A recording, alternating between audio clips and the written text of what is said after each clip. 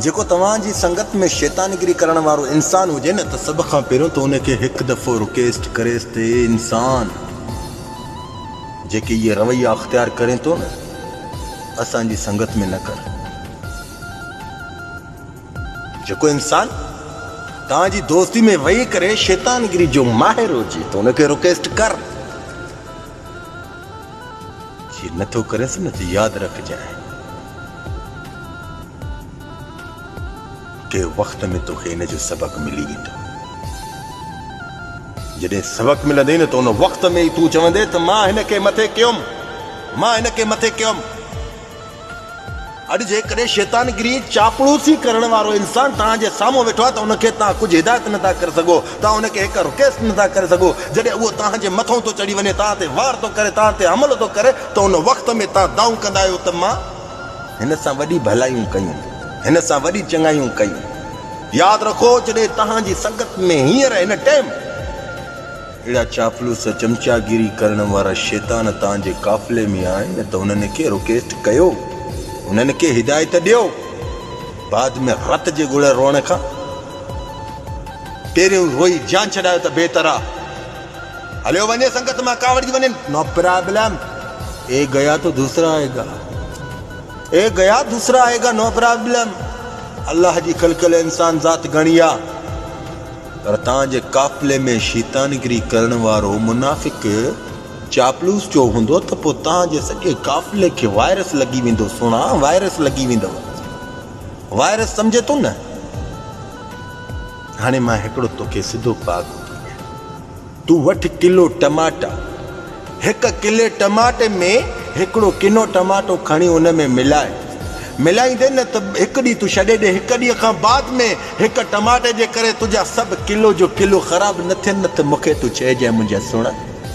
इहो चापलूस चमचागिर शैतानगिरी करण वारो इंसान बि ईअं ई अथव त तव्हांजे काफ़िले में आहे त सॼे काफ़िले जो मोकारो करे छॾींदा, सॼे काफ़िले जो खानो ख़राबु करे छॾींदो आहे।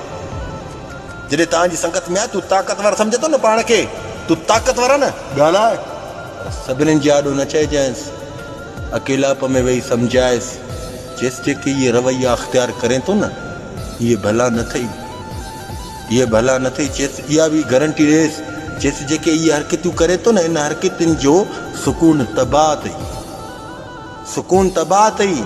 इन्हनि इंसाननि जी जेके चापलूसी चमचागिरी जेके कंदा न, इहे शैतानगिरी करण वारा, इन्हनि जो हिकु ई अलाह अज़ाब रखियो आहे। कहिड़ो?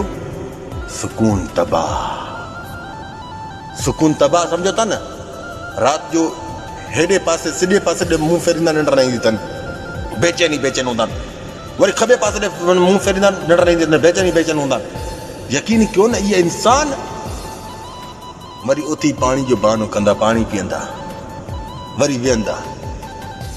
अल्लाह जो कसम, अल्लाह पाक हिननि खां सुकून खसे छॾियो आहे। रब जी ज़ात जो कसम, इहे साम्हूं अची न ईअं वारनि खां वठाए, ईअं वारनि काट ईअं ओबिती थपण आहे।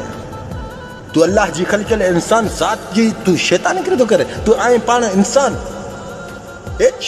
शैतान जी पैरवी न कर।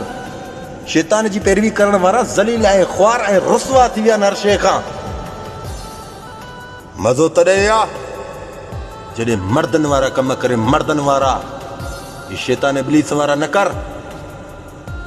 हाणे ईअं शान आहे, चाबी पई आहे न, चाबी न ॾे, गिलास बि शीशे जो पियो न, मां शान आहे साम्हूं। उथ तवा ताइब कर, रब जे आॾो झुक, रब खे चओ जेका करे आयुमि सो मूंखे माफ़ी ॾे।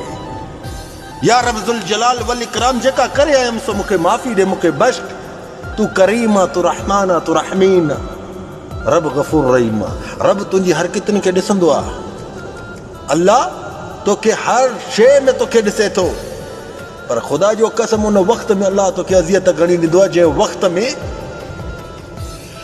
अॻ में ई परेशान हूंदो आहे, त उन वक़्त में रहंदो परेशानी वधंदी वेंदी, परेशानी वधंदी वेंदी, परेशानी वधंदी वेंदी। हिकिड़ी ईंदे ॿी ईंदे, हिकिड़ी वेंदे ॿी ईंदे, हिकिड़ी वेंदे ॿी ईंदे। न कर न अहिड़ा कम चापलूसी वारा। शरिया जज़ाए कला ख़ैर, मसलाम।